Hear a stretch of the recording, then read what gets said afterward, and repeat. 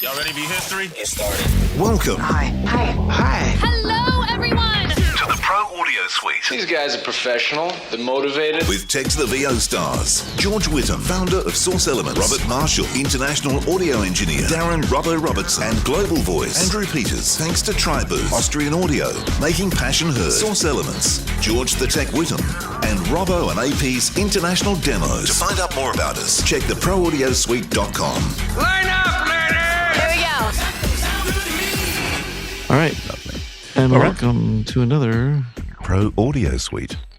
Thank you, Robert. This Week brought to you by no one. Yeah. This week At this brought to you stage. by the three of us. Because at the moment, we're between supporting sponsors of our show. And if you know anybody or a vendor or a company who you think might like to continue supporting the Pro Audio Suite, would you please let us know? Yeah, that'd be That would be nice, awesome. actually. Because the Pro Audio Suite would like to support them. Yeah. We certainly would. And some of you guys listen and watch our show.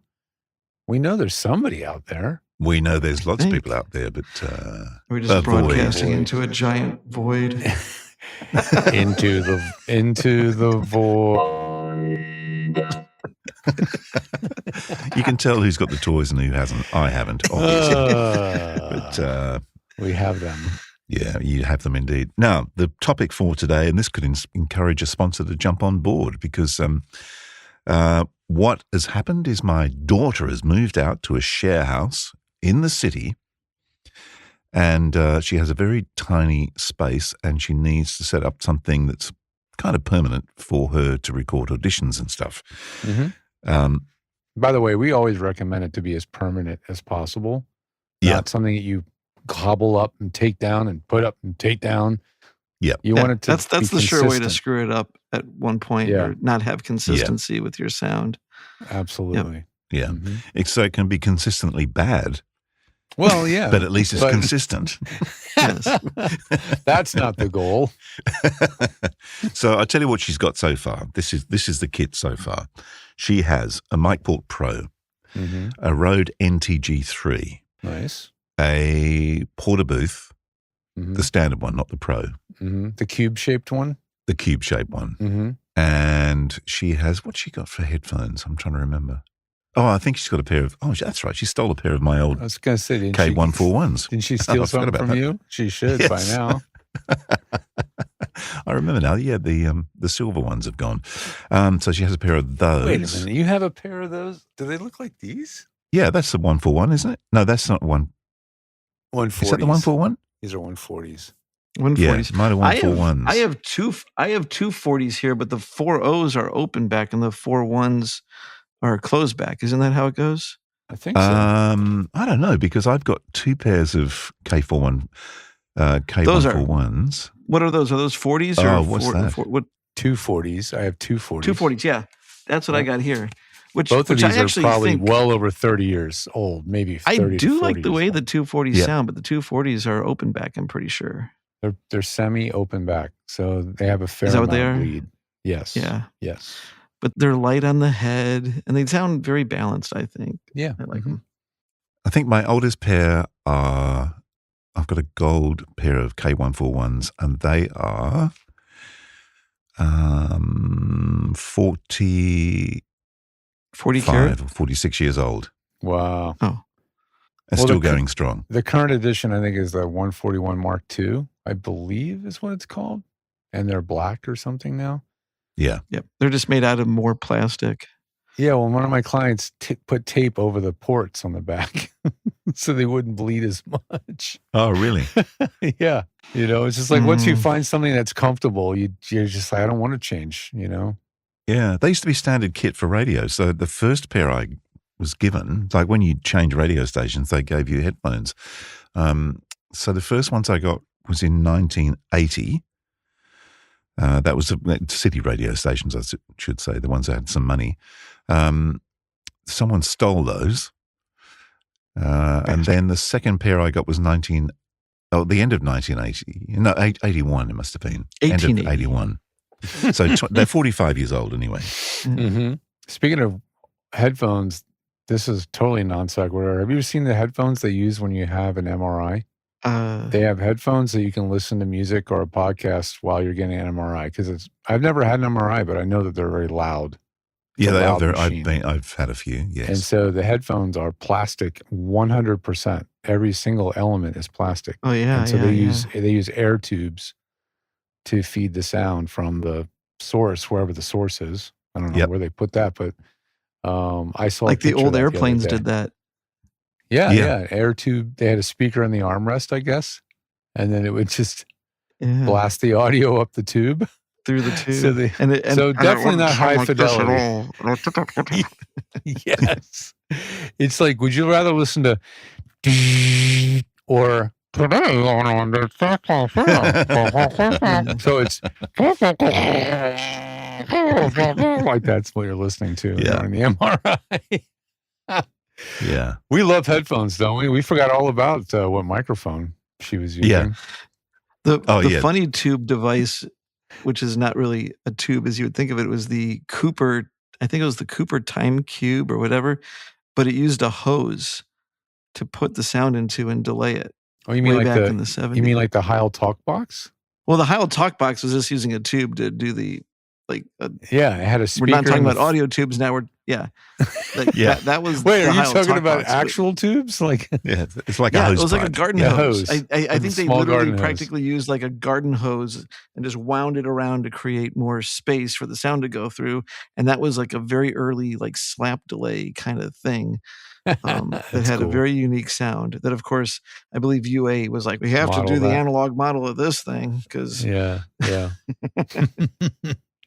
that's pretty cool. I think we drifted off topic anyway. So as per usual, that's what we do.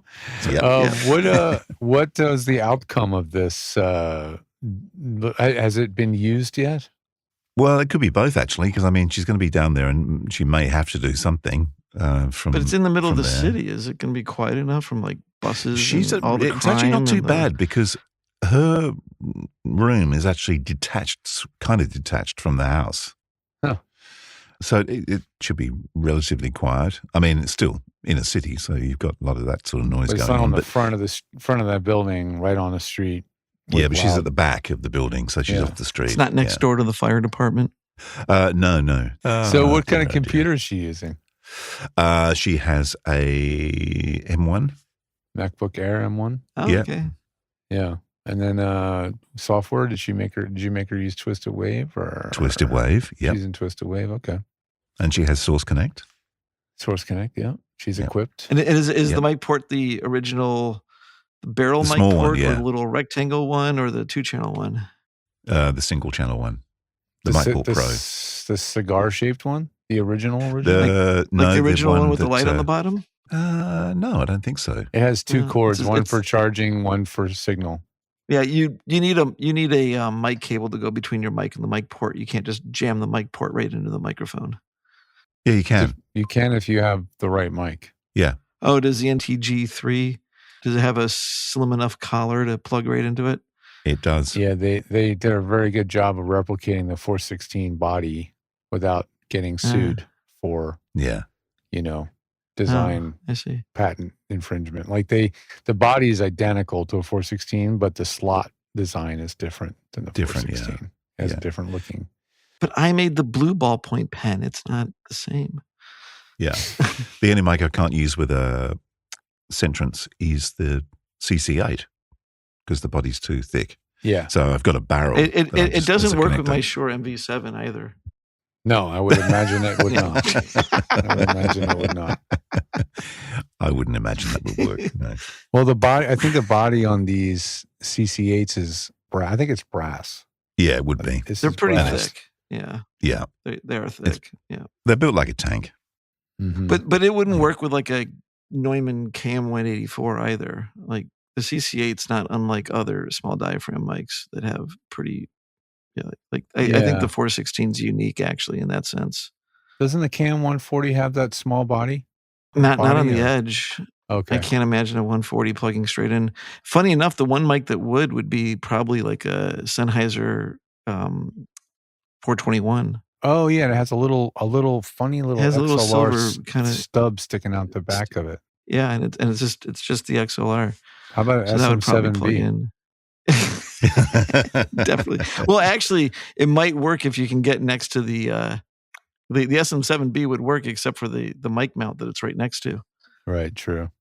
Yeah. Because the SM7B is literally just an exposed XLR. It's just. It is.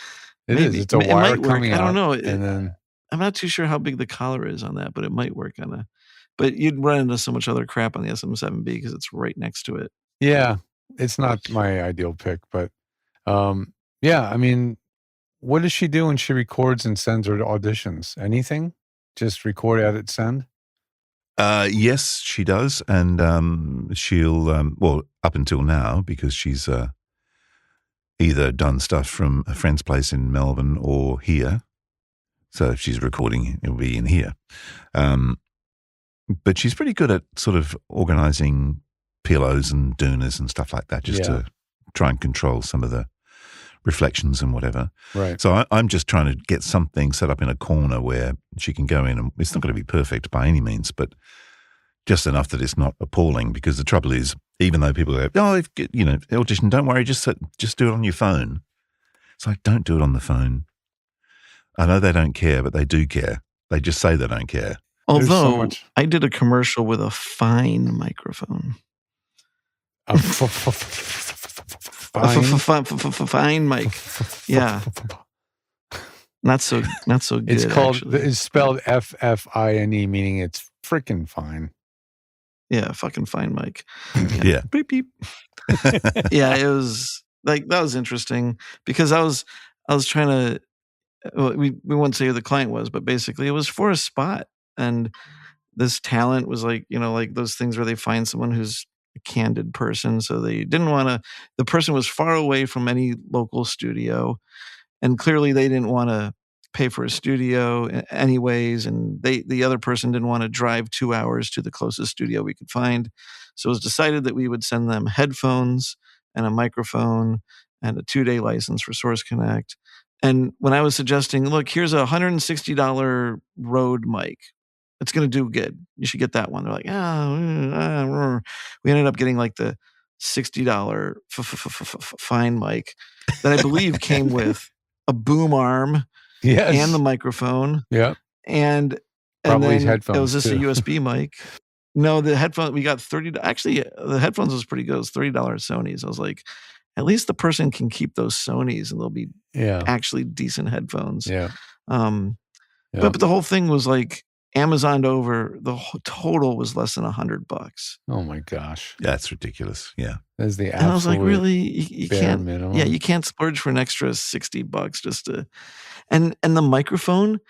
So I was like, okay, the gain's low. Can you turn it up? Then they turn it up, and even though the meter's not filled, it's distorting. Clipping like crazy. Yeah. It was clipping like internally before it even made it to the A to D converter. You know what I mean? Yeah. I was like, all right, turn it down. It was just like barely okay. It just it worked, but it was like, man. You were gritting your teeth the whole time. It was a little bit, but the guy had a closet. And I am glad on one thing, because I did insist on getting a boom arm because they wanted to get one of these mics that just had a desk stand. And I was like, how is this guy ever going to put it on his shelf? It won't be it's more important to get it in the right position than having the right mic. Yeah, exactly. So I was like, I just think we're going to be better off with some stupid boom arm that he can actually get in front of it properly than trying to stand it between his sweaters and his t-shirt. Well, speaking of which, that was the one thing you didn't mention, actually, is what is your daughter mounting the mic to? Yeah, it's a desk stand. And then that's going to be sitting inside the little Porta Booth? Yeah. Yeah. So you have to find a place to sit the Porta Booth at the right height for her, huh? Correct. Yeah, I mean, with a Porta Booth, you have to go with a desk stand. You can't really use a Porta Booth with a boom arm. No, they have a zipper in the back, and you can shove the boom arm through the back of the Porta Booth and have the mic stick through that way. Yeah. At least the ones I've had. Yeah. Yeah, which is not a bad idea. That's actually a really good idea. I might get her a boom arm. I don't know if that'll work for that setup, but you'll have to see how you're going to fit all that into that cubby. You might just be better off having a wooden shelf, just mounted at the right height and just, put it on there. But a boom arm, the trouble is by the time you put the mic and everything in, it's going to be quite heavy and probably pull the boom arm down. You could, yeah. No, the boom arms should have enough strength to. Well, Harlan even made the boom strap. He had the ABS, the adjustable boom strap. Yeah. Sometimes we call it the adjustable jock strap. And it was this for booms that have lost like Viagra for a boom. It's to keep your boom supported. You know what I'm saying? Keep your boom elevated. And it was a strap that hooked to the rear where the rear of this boom, and it would go down to the base. Can we quote you? This is to keep your boom supported. That's right. It kept your boom supported. And now we just need something to emotionally get you into the reed.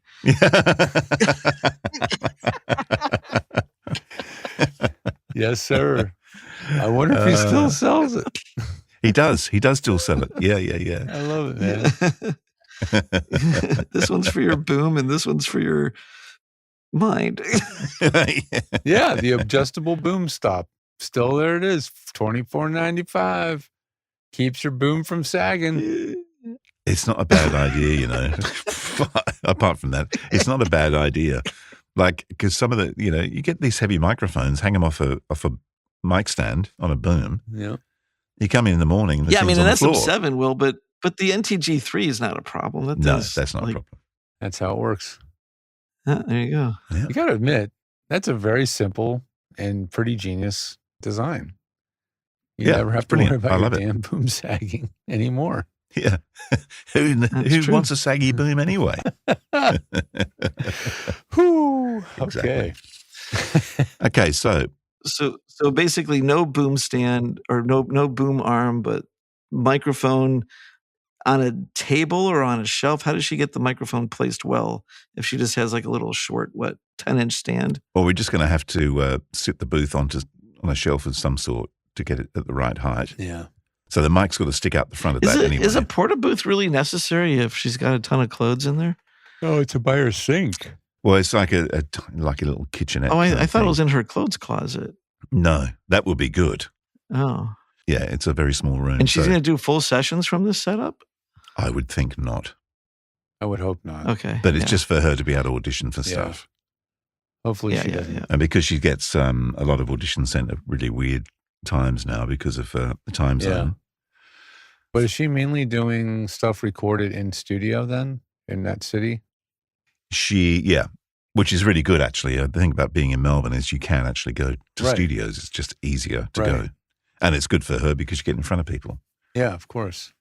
Yeah. What is the standard now in Australia, standard practice for a voice actor having a home studio? Does the home studio bill as a separate line item? Because you're a studio owner producing. It should. I know it should, but it doesn't. It doesn't work that way. That ship sailed about 15 years ago when this was all getting going. It did. Yeah, it's probably my fault.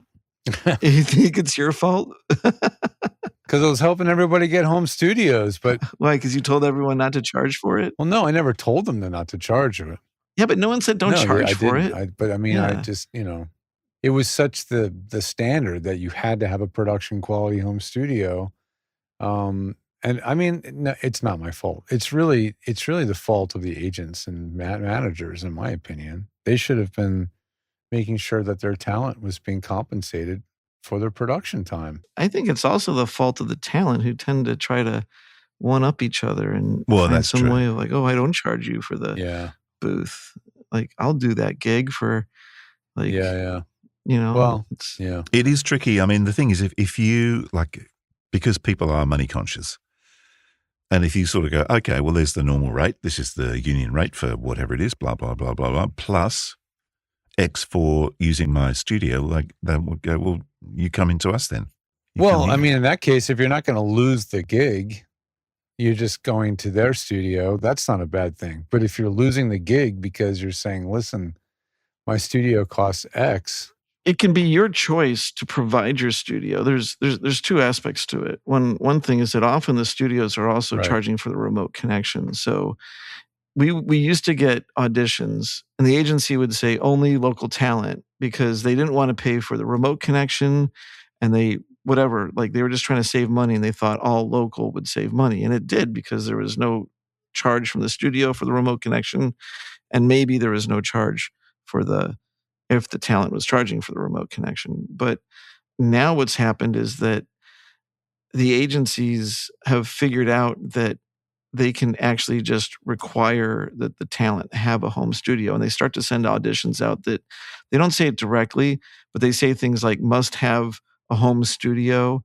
And when you read between the lines, it basically says, we will not pay for the remote studio for you. Yeah, true. So I've actually seen talent now who have gotten really good gigs and then decided, you know what? I'm going to go hire a local studio and I'm going to pay for that out of my own pocket because I care about the quality of this thing. It's just crazy. I remember, in fact, I got away with it, but when I was in the States and I had to do a session for a big client that I used to work with, in fact, for about 13 years, it was all TVCs, so the money was there, and I wasn't in town, so I had to hire a studio, which I did, and they paid for it. But normally it's like, well, if you're not here and not available and you have to hire a studio, you pay for it. And that was the norm, and I managed to get away with it. But so the norm was if you're a voice talent and you go on vacation, you pay for the studio if you have to hire a studio while on vacation. Yep, absolutely. Yeah. Which I guess that's fair. I guess that's fair. If your budget is used to not having that, but yeah, it certainly is a flipping of the tables. Yeah. But it's, and now, of course. But she's not going to be doing, she's going to have to go to the studios. But what if she gets a remote? Is she going to go to a local studio, I guess? How far is she from you to use your studio? Oh, she's only like hour and a half. So if she gets a real gig, she's driving an hour and a half to come down do here. It remotely. Or if I've got a mate, there's the guy who lives down here. He's got this studio in Melbourne, and I mean, he may, if it's not busy, let her use the studio there. But I would say 9 times out of 10, she'll be down here to do a big session. You could hire her for a big session if you actually want to see her. That's what it's going to come down to. Exactly. Yes, that's right. Yeah. But I mean, eventually she's going to have to work out something where, at some point in the future where she's got a proper setup where she can do sessions from home, I guess. Yeah, maybe it's CVOX. Who knows? Yeah. Might not want to admit they're sending CVOXed audio down the line, but they are. Yeah. Yeah. Oh, yeah. I tell my clients all the time to leave it on unless some picky engineer goes, hey, are you using that? Can you turn it off? I just say leave it on. It's really interesting. Like, you always pick a good engineer. And it was a guy, in fact, I'll give him a plug, Paul Shanahan, who I saw last week, actually. I popped down to their studio. This was years ago. We were doing a session and we're just doing it, getting levels and stuff. And he said, can you turn your compressor off? And it's like, how do you know I've got a compressor on? It was so mild in the settings. Really, really subtle, huh? But he picked it. I'm like, oh, damn, you picked that one. So, yeah. Well, you know what? If you're looking at the laser ears, well, that or looking at the waveform. If you're recording actor every day, day in, day out, voiceover on the same kind of mic or the same exact mic, you will definitely notice a difference in the waveform. Yeah, a little compression versus not. Like I'll see it. I may not hear it at first, but I'll see it in the waveform because the transients are not quite as spiky. Yep. Yeah. They're kind of they're not flat tops, but they're just sort of like they're not nearly as spiky, and it'll sound pretty much identical. No one's really going to notice it, but an engineer peeping at the waveform is going to notice. Yeah. No, he picked it by the sound, and that was pretty impressive. That is impressive. Yeah. So anyway, we haven't come to a conclusion, but I think I'm just going to have to put my thinking cap on and work out how the hell I'm going to set her up with something that's not intrusive, but doesn't have to keep being pulled down to make space. The voiceover bodysuit. I know what you should do. You should rig the whole thing on a shelf that's attached to a series of ropes and pulleys. And when she's not recording, she goes, pulls it up to the ceiling, and then she goes, oh, man. Well, that was fun. Is it over? The Pro Audio Suite, with thanks to TwistedWave and Austrian Audio. Recorded using Source Connect. Edited by Andrew Peters and mixed by Robbo. Got your own audio issues? Just ask Robbo.com. With tech support from George the Tech Whittam. Don't forget to subscribe to the show and join in the conversation on our Facebook group. To leave a comment, suggest a topic, or just say g'day, drop us a note at our website, proaudiosuite.com.